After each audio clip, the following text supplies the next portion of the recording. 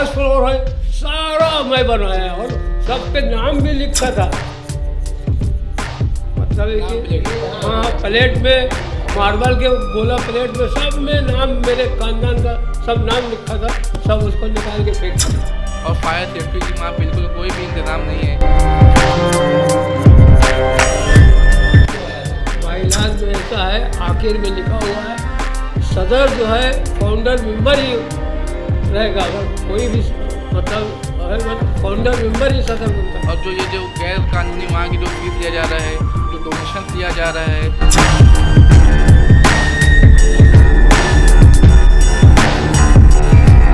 जब मुझको निकाले ना तो जितने टीचर हैं, प्रिंसिपल है, प्यून है, चपरासी है, जितना सबको निकाल दिए। मतलब पूरा स्टाफ बदली कर दिया? पूरा स्टाफ सबको बदली कर दिया। जो भी जीआर में खाड़फोड़ हुआ है या पेरेंट्स को और स्टूडेंट को जो हरेसमेंट किया जा रहा है, फीस के लिए हरेसमेंट किया जा रहा है, कॉल किया जा रहा है, तो अगर आप ईमानदारी से काम कर रहे हो, आप अगर एक ईमानदार हो तो आप थर्ड पार्टी ऑडिट कराइए। अगर अभी तक आपने द वॉइस को सब्सक्राइब नहीं किया है तो प्लीज़ अभी सब्सक्राइब करें। हेलो फ्रेंड्स, मैं फ़िरोज़ मेमन, द वॉइस में आप सभी का स्वागत है। आज हम एक बार फिर लेके आए हैं सलाउद्दीन अय्यूबी मेमोरियल स्कूल का एक मुद्दा, जो कि पिछले दिनों हम लोगों ने बताया था कि स्कूल के अंदर जब एक रेड पड़ी थी महानगर पालिका की तरफ से, वहाँ पे एक कार्रवाई हुई थी।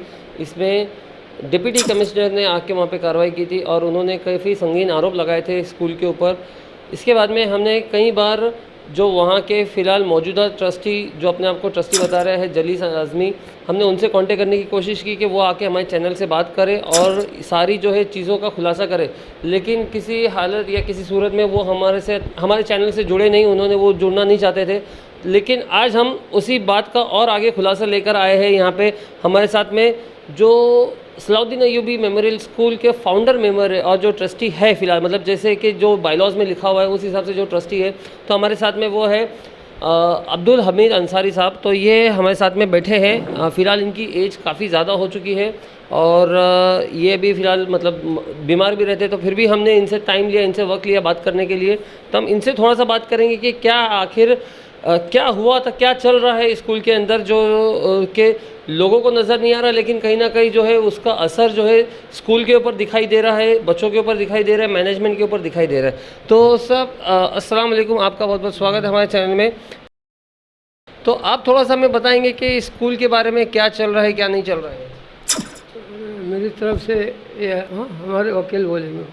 जी ठीक है। तो ये अब्दुल हमीद साहब की तरफ से जो है, इनके जो वकील है एडवोकेट अंसारी अल्तमश है, जो कि हमीद साहब के वकील है, तो वो उनकी तरफ से बात करेंगे। तो अल्तमश साहब, आप बताइए हमें कि जब 1974 में जब स्कूल की नींव पड़ी थी, जब स्टार्ट हुआ था स्कूल, तो वहाँ उस वक्त में क्या ये जलीस आज़मी उस स्कूल का हिस्सा थे क्या? 1974 में जब ये खाली बिल्डिंग जो पड़ी हुई थी उसमें स्कूल खोला गया और जिसके अंदर चार मेंबर थे। अशफाक अहमद अब्दुल हई खान साहब थे, निसार अहमद यूसुफ अंसारी और अब्दुल हमीद अब्दुल खालिक अंसारी और मोमिन साबिर अब्दुल सत्तार बनारसी। ये 4 लोग थे। उसमें जलीस आज़मी का कोई लेना देना उस टाइम नहीं था। 74 में वो बिल्कुल नहीं थे। अच्छा, यस। तो इसके बाद में इलेक्शंस जो थे स्कूल के, जो इलेक्शन मतलब जो ट्रस्ट के जो इलेक्शन होते हैं, तो वो कभी हुए थे और उसके ऊपर क्या मतलब फिर बाद में किस तरह से जो है जलीस आज़मी जो है पिक्चर में आए और वो उन्होंने पूरी स्कूल को जो है अपने ताबे में ले लिया? सन 84 में अब्दुल हमीद अंसारी ने जनरल सेक्रेटरी जलीस आज़मी को अपॉइंट किया। इन्होंने खुद अपॉइंट किया।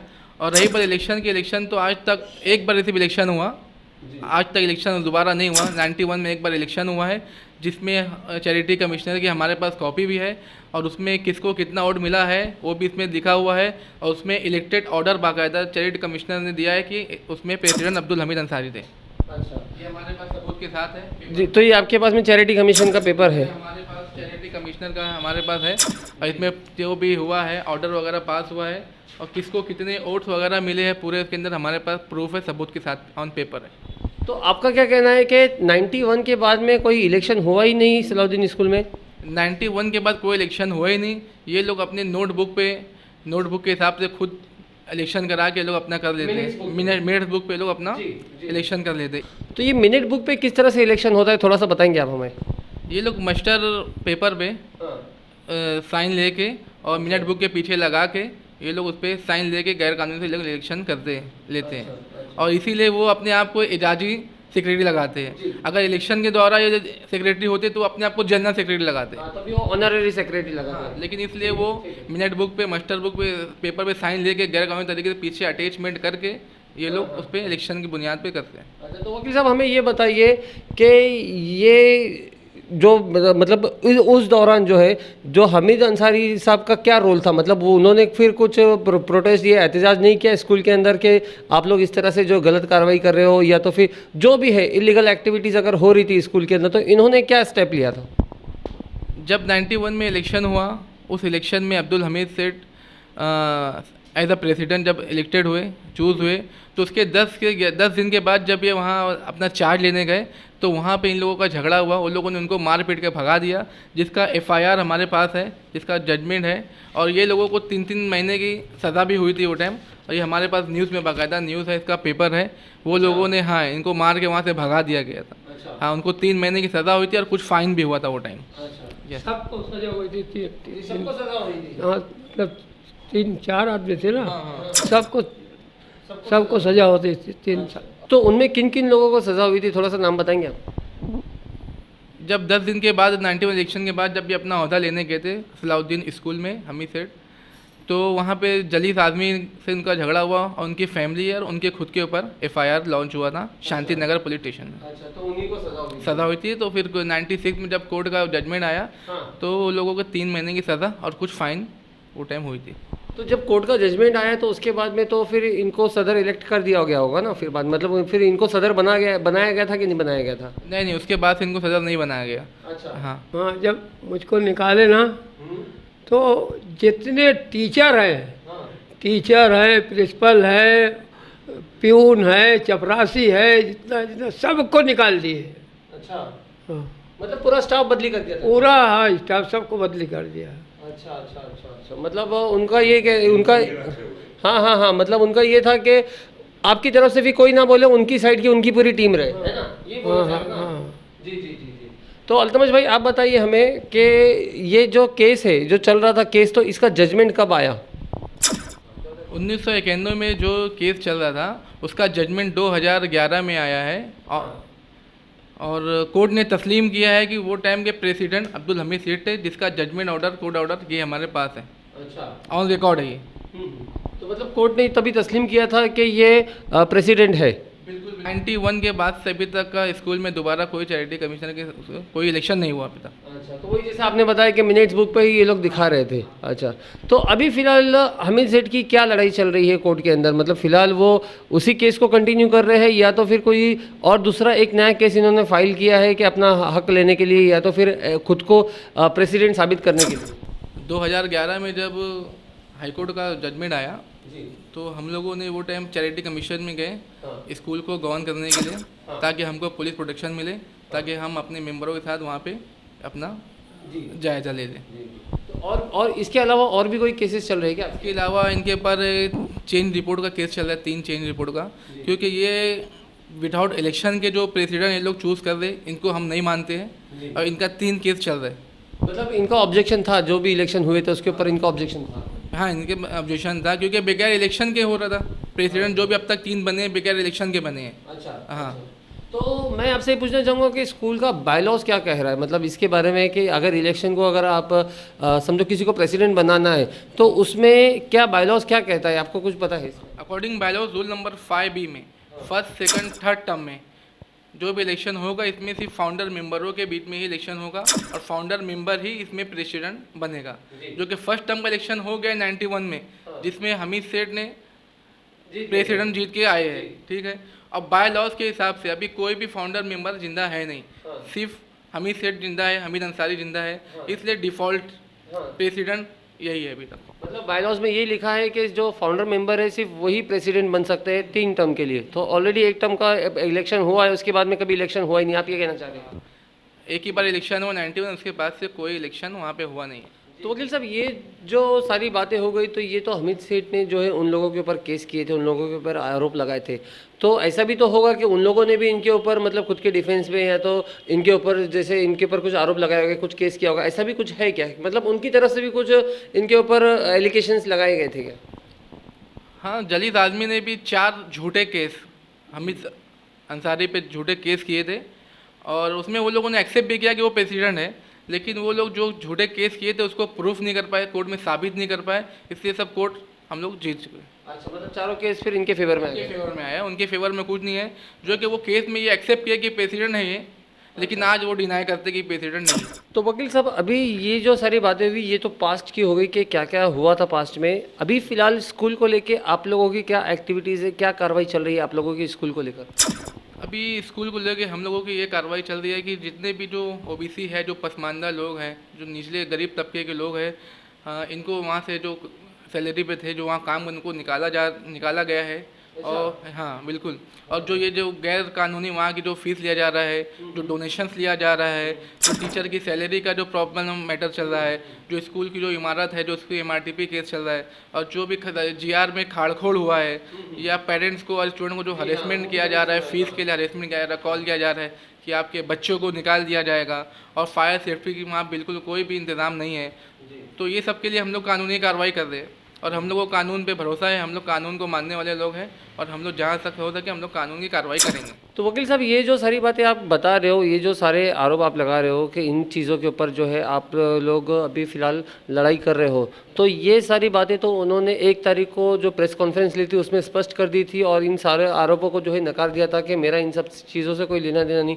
साथ ही उन्होंने ये भी कहा था कि जो अब्दुल हमीद साहब है वो कभी प्रेसिडेंट बने ही नहीं, तो ये तो उन्होंने पहले ही कह दिया था। तो अभी इसके बारे में क्या कहेंगे आप?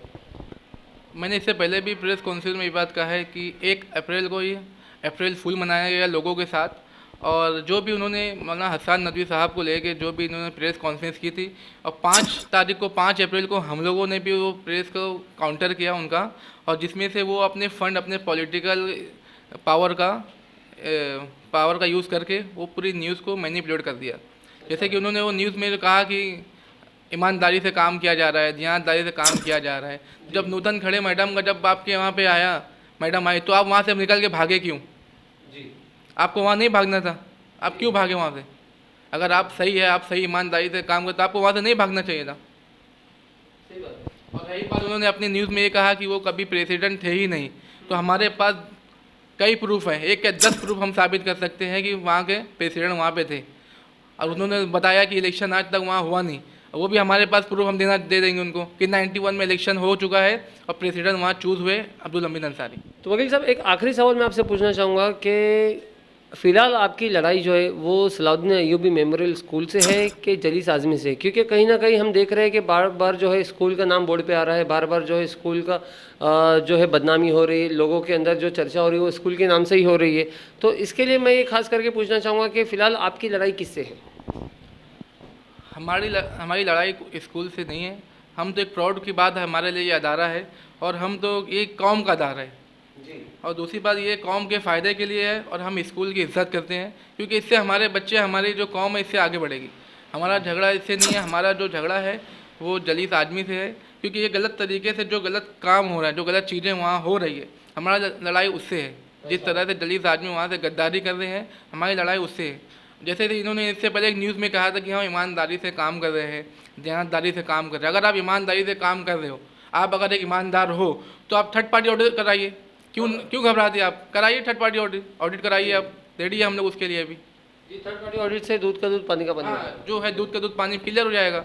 और वैसे भी जलीस आदमी फाउंडर मेंबर थे ही नहीं, वो तो जनरल सेक्रेटरी है, उनका तो कोई लेना देना कुछ रहा ही नहीं वहाँ पे, ना ही कोई कुर्बानी दी उन्होंने वो सलाउद्दीन स्कूल के लिए। ये 91 से जो ये लड़ाई लड़ रहे हैं, सारे केसेस लड़ रहे हैं, तो तकरीबन एक 30 साल का वक्फा हो गया। तो इन 30 सालों में कभी कोई पॉलिटिकल प्रेशर इनके ऊपर, कोई पॉलिटिकल दबाव बनाया गया है इनको हटाने के लिए, या तो केस को बैठाने के लिए, मतलब केस को बैठाने के लिए ऐसा कुछ पॉलिटिकल प्रेशर इनके ऊपर आया है क्या? डायरेक्टली इनडायरेक्टली तरीके से एक मखसूस पॉलिटिकल पार्टी जो है उनका प्रेशर हमेशा बना रहा है हम लोगों पर, और जिनसे जलीस आदमी बरसों से जुड़े हुए हैं, और वो पार्टी इनकी हिमायत में भी है। और जैसे कि आप सभी लोग जानते हैं वो किस पार्टी से जुड़े हुए हैं, और सभी अवाम से मैं ये गुजारिश करता हूँ कि जो भी ज़ेर याफ्ता स्टूडेंट हैं उनके पेरेंट्स से मेरी रिक्वेस्ट है, मेरी दरख्वास्त है, जिनकी सलाउद्दीन स्कूल को फ़ीस को लेके, डोनेशन को लेके पहले भी कोई अगर तकलीफ़ प्रॉब्लम थी या अब भी कोई प्रॉब्लम है तो आप हमसे जुड़ें, आप हमसे मुलाकात करें, इंशाल्लाह हम उसका ज़रूर हल निकालेंगे।